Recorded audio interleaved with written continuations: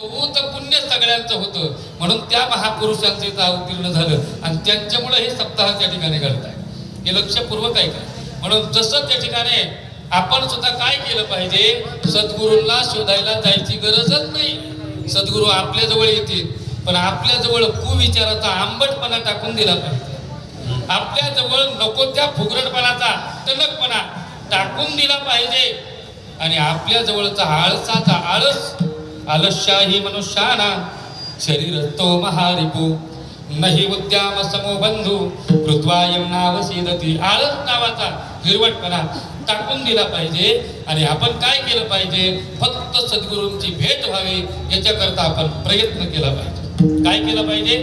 प्रयत्न केला पाहिजे. आणि ज्या वेळेला प्रयत्न करतात त्यावेळेस ते सद्गुरू येतात आणि सद्गुरू येऊन आपल्यावर कृपा करतात. महाराज, 4 प्रकारची कृपा शास्त्रामध्ये सांगितली गेली आहे. कोणती कोणती कृपा आहे?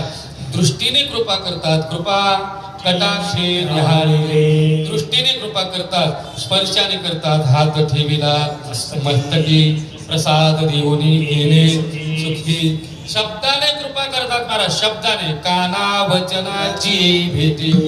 हो, आणि स्वप्नामध्ये जगद्गुरु तुकोबऱ्यांना झाला तसा. लक्षपूर्वक आहे का? मला काय सांगायचंय, सद्गुरु कृपा करतात, पण कृपा त्यांची कृपा आपल्यावर व्हावी याच्या पात्रतेचं आपण झालो पाहिजे. आणि सद्गुरूंनी कृपा केले महाराज, आपल्या जीवनामध्ये बदल घडतो. बदल घडतो. नाही घडत नसेल वाटत तर सद्गुरू करून पहा, सद्गुरूंच्या संगतीत राहून पहा, सद्गुरूंनी केलेल्या उपदेशाचं चिंतन करून पहा, आपल्या जीवनामध्ये बदल घडतो. अनेक लोकांच्या जीवनामध्ये बदल घडला म्हणजे आपल्या जीवनात स्थित्यांतर होतं, म्हणजे जुन्या सृष्टीतून नव्या सृष्टीमध्ये निर्माण होतं. म्हणजे सद्गुरू ब्रह्मदेवाचं काम करतात, नवीन सृष्टी, मग पारमार्थिक स्थिती आपल्यामध्ये तयार होते. मीची मज व्यालू पोटा अकोलिया आलो.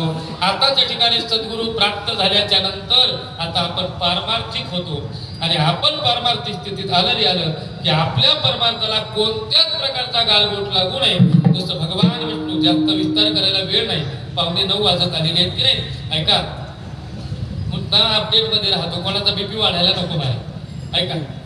मग जसं भगवान विष्णू पालन पोषण करतात की नाही, तसं सद्गुरू आपल्या साधनेवर, आपण जी साधना करतो की नाही त्याच्यावर लक्ष ठेवून असतात. त्याला कोणत्याच प्रकारचा त्रास होऊ नये, त्याला कोणत्या विकाराने त्या ठिकाणी घेऊ नये.